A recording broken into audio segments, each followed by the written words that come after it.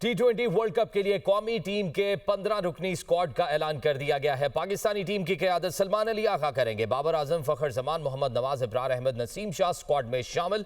मोहम्मद सलमान, मिर्जा, शाहीन आफरीदी, शादाब खान, साहबजादा फरहान भी स्क्वाड का हिस्सा हैं।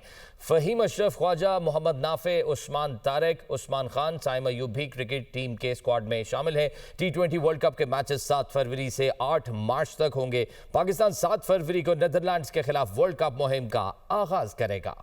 पाकिस्तान ने टी20 वर्ल्ड कप 2026 के लिए 15 रुकनी स्क्वाड का ऐलान कर दिया। सलमान अली आगा कौमी टी20 टीम के कप्तान मुकर्रर। बाबर आजम, फखर जमान, शाहीन शाह आफरीदी, साइम अयूब, शादाब खान टीम का हिस्सा। नसीम शाह, इब्रार अहमद, मोहम्मद नवाज, फ़हीम अशरफ, साहबजादा फरहान स्क्वाड का हिस्सा। ख्वाजा मोहम्मद नाफे, मोहम्मद सलमान मिर्जा, उस्मान तारिक और उस्मान खान भी स्क्वाड में शामिल। Director high performance Aqib Javed कहते हैं, हारी स्टोव काफी अरसे से खेल रहे हैं, लेकिन कंडीशन देखकर फैसला किया गया। श्रीलंका की कंडीशन को देखते हुए बाबर आजम को टीम का हिस्सा बनाया गया है। तान सलमान अली आगा ने कहा कि टीम अच्छा परफॉर्म करेगी। श्रीलंका में सारे मैचेस खेलने का फायदा जरूर है। बाबर आजम कमबैक के बाद अच्छा खेल रहे हैं। हेड कोच माइक हैसन कहते हैं, उस्मान खान ने टीम में वापस आकर बहुत अच्छी परफॉर्मेंस दिखाई। साहबजादा फरहान हमारी टीम के अहम खिलाड़ी हैं, इसलिए उन पर रिस्क नहीं ले सकते।